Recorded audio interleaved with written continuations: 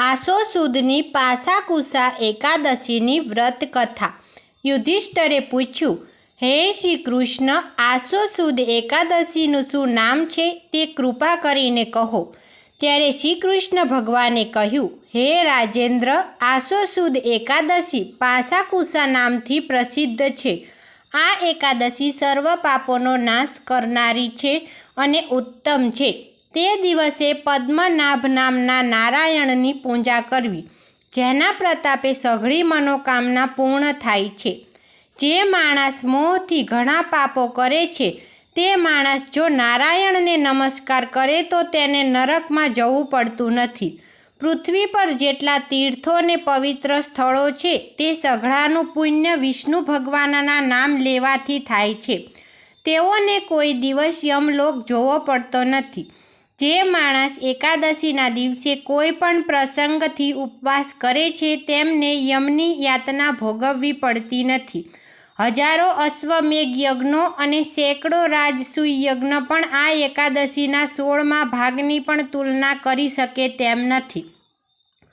આ એકાદશી સર્વશ્રેષ્ઠ, સુખ આપનારી, મોક્ષ આપનારી, આરોગ્ય આપનારી અને ધન ધાન્યની વૃદ્ધિ કરનારી છે। એકાદશીના દિવસે ઉપવાસ કરી જાગરણ કરવાથી શ્રમ વિના વૈકુંઠ પ્રાપ્ત થાય છે। હે રાજેન્દ્ર, જે પુરુષ આ એકાદશીનું વ્રત કરે છે તે માતાના કુળના 10 અને પિતાના કુળના 10 અને સ્ત્રીના કુળના 10 પુરુષોનો ઉદ્ધાર કરે છે।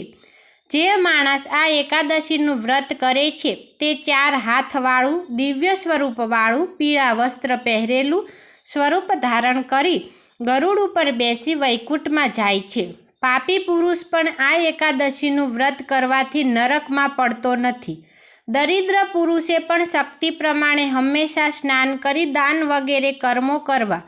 જે પુરુષ તળાવ ખોદાવે છે, બગીચા બંધાવે છે, ધર્મશાળા બંધાવે છે અને બીજા સત્કર્મ કરે છે તેને યમયાતના ભોગવવી પડતી નથી। પાપ કરવાથી નરકપાત થાય છે, ધર્મ કરવાથી સ્વર્ગની પ્રાપ્તિ થાય છે, એમાં સંશય નથી। હે રાજા યુધિષ્ઠર, તમે જે પાસાકુસા એકાદશીનું મહાત્મ્ય પૂછ્યું હતું તે મેં તમને કહી સંભળાવ્યું। આવી રીતે બ્રહ્માંડ પુરાણમાં આસો માસના શુક્લ પક્ષની પાસાકુસા એકાદશીનું મહાત્મ્ય કહેલું છે। જય શ્રી કૃષ્ણ।